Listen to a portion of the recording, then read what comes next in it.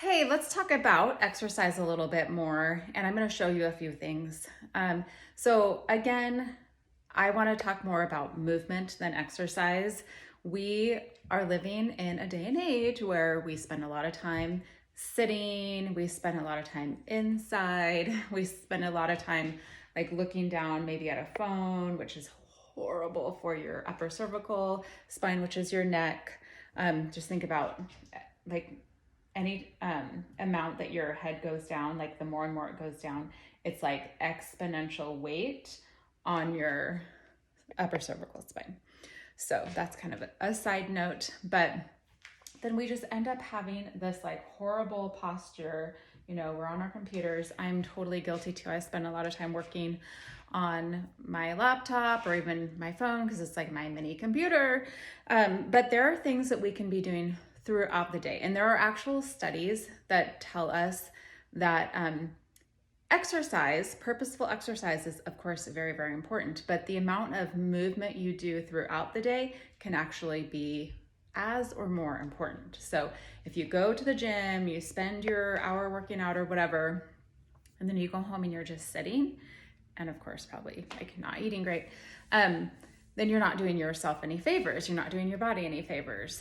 So it's something that we need to be mindful of all the time. I realize that there are like desk jobs and things like that that make it a little more difficult, but there are things we can do, such as getting up, taking a walk, even if it's down the hall.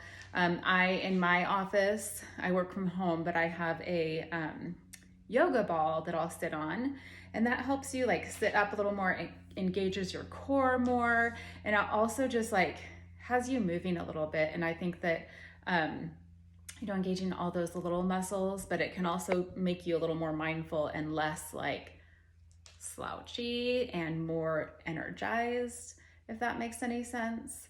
So those are some suggestions. You can like walk on your lunch. Sometimes you have to be creative if you're in Oregon, like I am, and it rains.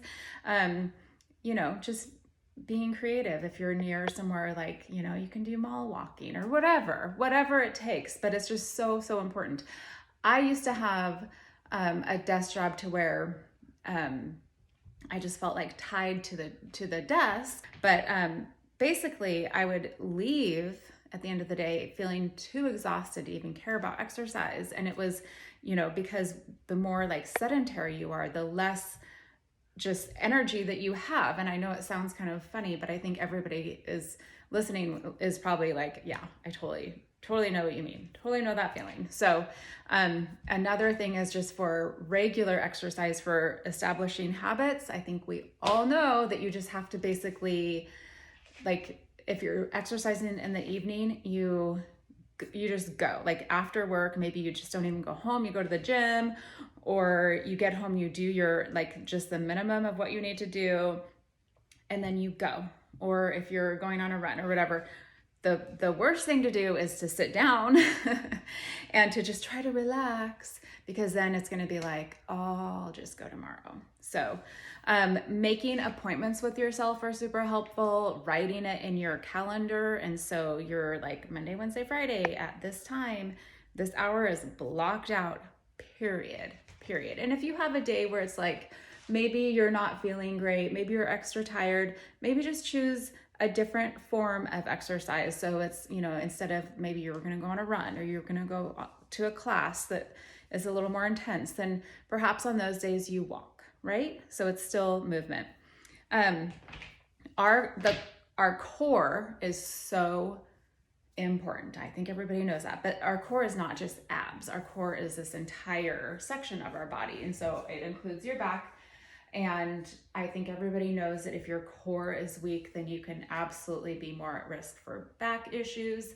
I tell people a lot my story when I've been a runner for years. I really don't run anymore just because of my autoimmune stuff. So my body doesn't like it when I do that. But now I teach soul fusion, which is PIO, and I teach bar fusion.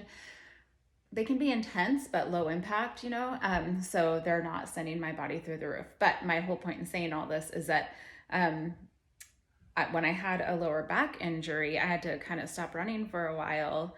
This was previous, like before my autoimmune stuff. I tried a lot of things for my back injury. I mean, I would literally wake up in the morning and be like this for a while before the pain, before my muscles relaxed and I was able to stand up all the way. It was that bad. And it took me like a year to recover. But massage really helped. My legs were super tight, and apparently, like especially my right thigh, and the massage therapist said that my back was overcompensating, and like it kind of weakened it on that side. That was extremely important information for me, and it was kind of like, oh, aha. And I actually think it's because I drove a lot, and so this particular, like the right one was tighter, my quad. And but teaching, it was Pyo back then. I teach soul fusion now. It's really kind of the same thing. But that I feel like really got me over the hump. It really helped me finally heal, and I attribute it to all the core work that is in the whole entire class. I mean, we do a core segment at the end, but like sometimes in my mind, I'm like, this is silly because we're doing core the entire time. So I'm just gonna show you some excellent things to do for core. And again, it's not about abs. You're not sitting there doing crunches. So the first thing, and I know some people will be like, not that, but planks are amazing. And so in my classes, and if you do yoga or anything like that, some of the things you do, like this is an inchworm to roll down and then you walk out to plank. Notice my legs are straight. You can absolutely, if you are working on your flexibility, have a little bend in your knees, but you walk out, that's an inchworm. And here I'm in plank, and walk back in, roll it up. We do things like that in my class. And right now, there's my little tripod kitty. Right now, there's a segment in my class where we do that several times. And I'm telling you, you know, it might not feel like it, but the stuff that you're doing for your core to strengthen your core with that kind of stuff is amazing. And that's why I love these classes and this kind of movement, because you're doing so much more for your core, your entire core, than just like sitting there doing crunches, but you're not like hating it. At least I'm not. So roll it down, you walk it out. So then I'm going to show you, so a plank. Now, notice that my hands are right in line with my shoulders. They're right down below them. And then I'm going to show you some different modifications. So I'm straight from my head to my feet. So you really want to make sure that you have good form, and we don't want to be sagging. You're going to notice if you sag, you're going to put pressure on your back, plus you're not going to get the kind of engagement in your muscles that's going to be more beneficial, but we really don't want to put pressure on that low back.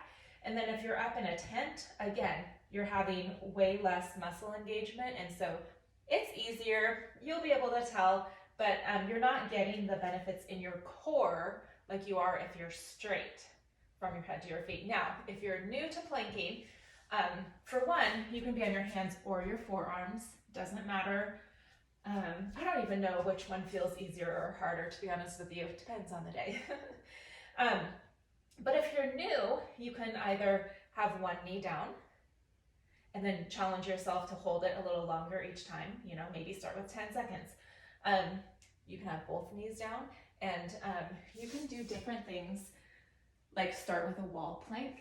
So if you're starting with a wall plank, I know you can't, you're behind me and not next to me, but what you'll do is step out several feet, and you'll notice, oh, you're not just standing there. You're actually leaning into it, and so you will feel your core and your upper body engage. So that's a really great way to start. And if you want, you can even add, you know, some legs and things like that to add a little more. You could, the next level would be using something like your couch, a chair, a bench, and then coming down on the ground, and like I said, 1 or 2 knees down. In my classes, we actually always end the class before our cool down with a 1-minute plank. And I love hearing people, like when they're new and they're like struggling through it, and then the more they come to class and the more they're doing it, and like you add strength really fast. I think that faster than we think we do, you know. So it's so fun to hear people like, I did a whole minute, or you know, things like that. So you might surprise yourself. Anyway, but it's just really one of the best things that you can possibly do for your core. You're engaging your upper body, your lower body, your core.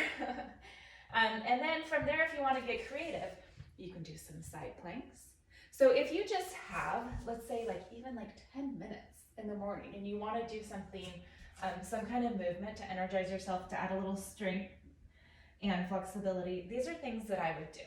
And you don't have to be fancy about it, you know, you really don't. There are studies that talk about the fact that exercise can be more beneficial and effective for focus and ADHD medication. So now what that means, I mean, it might be more, you know, getting your heart rate up, things like that, but I would argue that even just moving and stretching and like kind of connecting with your body and just getting out of that like sitting, complacent, just, you know, rest mode gets those things going as well. So again, if you just have a few minutes, and that's the thing also, I think people, like if you're out of practice with exercise, or you just have never been an exerciser, you don't have to start with like, oh, I'm going to train for a marathon or CrossFit or anything like that. You know, we need to get our minds off of like exercise means beating your body up, and it means like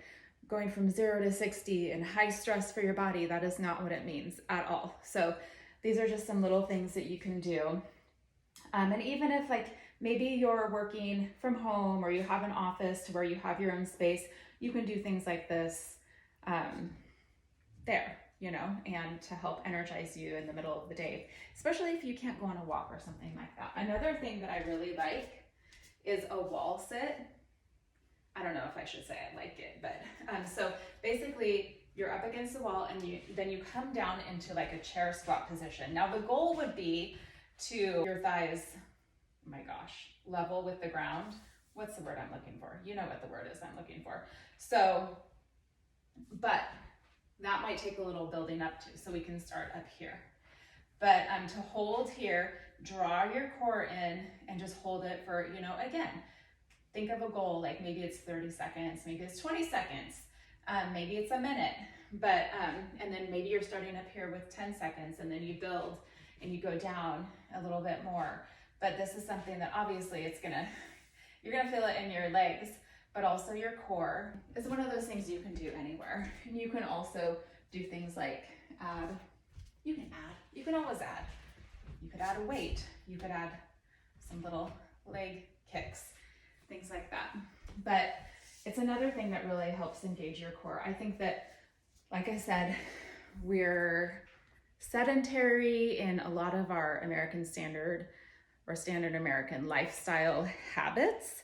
And so anything that's going to get you mindful of your core is going to help you in so many ways. And I even feel like we're more energized when we go from slouchy to like engaging the muscles and standing tall, having good posture. And one more thing that I think a lot about is, you know, sometimes people think like, oh, I have this belly or whatever. And sometimes it is simply that your muscles are weak and you need to focus throughout the day, like catch yourself, oh, I need to kind of like engage my muscles, and it helps you to stand taller and have better posture as well. So I actually played the violin for a long time. And so that really instilled some amazing habits in me, because we had to sit up. Let's see if I have my chair to where you can see me, like on the edge of our seat. And I just, that became ingrained in me, you know? And so I've had people like comment on my posture, and I'm like, violin, like really, you know? Because especially, like I said, nowadays we're like so much like on our computers and stuff. So I think it's really easy to get into this whole thing, and it just brings your energy down. And I'm going to say one thing really quick about upper cervical. So I started going to the upper cervical chiropractor because of autoimmune stuff, and I did a lot of research, and essentially, like, it's your C1 and C2 here. You can very easily get out of alignment. I really believe that everybody should go to the upper cervical chiropractor, and I'm very picky. I don't just go to a chiropractor who's like, sure, I'll work on your neck. I go to an upper cervical chiropractor.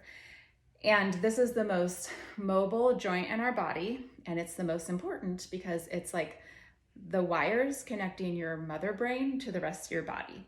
So we very easily can have like a kink in there, and then you're getting bad signal to different areas. And so it can cause inflammation, it can cause gut issues, it can cause so many different things. So that's something that both my son and I do regularly now, and we have for several years. And when I first was struggling with my autoimmune, which is neurological and autoimmune, it was one of the best things that helped me really get my energy back, because my energy was tanked when I first had my health crisis. So, and I've noticed a huge difference with him too. Like he has a little hyperthyroid, and with that, you'll get the attention stuff, you'll get like ADD type stuff. He runs hot all the time. He gets anxiety. That's the word I was looking for. Anxiety, like all those kind of things. Hyperthyroid can cause that. And so these are the upper cervical care. Chiropractic can really help with, again, the signals, getting the signals to the rest of your body the way they're supposed to. So it's very common to be out of alignment, and also it helps your immune system operate the way it needs to as well. So, and he doesn't like, an upper cervical chiropractor doesn't like wrench on your neck, you know. He like, I'll have my alignment issue is on this side, and he tests your nervous system with thermography, and so he has a scan that goes down and tests, like, is your nervous system like happy, not happy, is it angry? He does not adjust you unless you absolutely need it. They test range of motion, which when I started, I couldn't do this, and I didn't even know that wasn't normal. I was very like, you know, stiff, and I didn't even realize it. So he does several things to see, like, okay, where are you at with your alignment? Do you need an adjustment? And then you get down on this little thing on your knees, and then he like pushes. And there's also a little tool sometimes they use. So anyway, that's just a little kind of side note. People with headaches might benefit from it. In fact, when I was a kid, I had migraines so bad that I would throw up. And I didn't go to an upper cervical chiropractor, but my mom took me to her regular chiropractor, and he adjusted my neck, and I don't even get headaches anymore. Like, I think I went a couple of times, and that solved the problem.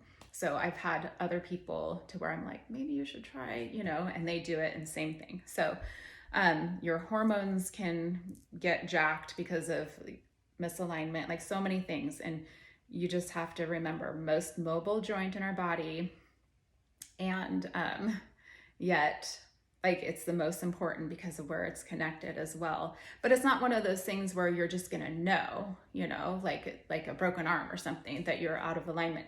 What happens is that we get out of alignment. Like when I started, my neck, so basically I was crooked a little bit, but what will happen is then the rest of your body like adjusts, and so you could end up having issues with your hips or your knees or whatever, because your body always wants that equilibrium. So it's like, if my neck is off slightly, then my body will like, anyway, it adjusts down the line. So I didn't know I wasn't having like neck issues. I simply went because I did some research on the benefits, or what you can do to help kind of reverse autoimmune stuff. So, Bubbles, do you want to say anything? Hi. Be mindful of your body. And again, like, you know, we're sitting there like this a lot on our phone or whatever. Be mindful of that, because the amount of pressure you put on your upper cervical spine is crazy. All right, that is all I'm gonna say. And again, I just want you guys thinking about movement, and not just being sedentary, because that's the way our lives are set up these days with the standard American life. So there's even, I don't know if anybody has seen or heard of, or maybe you have a standing desk. So there are desks that are made so you can have it down regular and you're sitting, but you can also raise it up and be doing your work like this. So that's really cool as well. I mean, so many different things that if your life is kind of set up to where, well, I can't really just be that active, there are things that you can implement so that you are more and more. And some of it is just like deciding, I'm going to do it and making it happen. All right. Have a good day.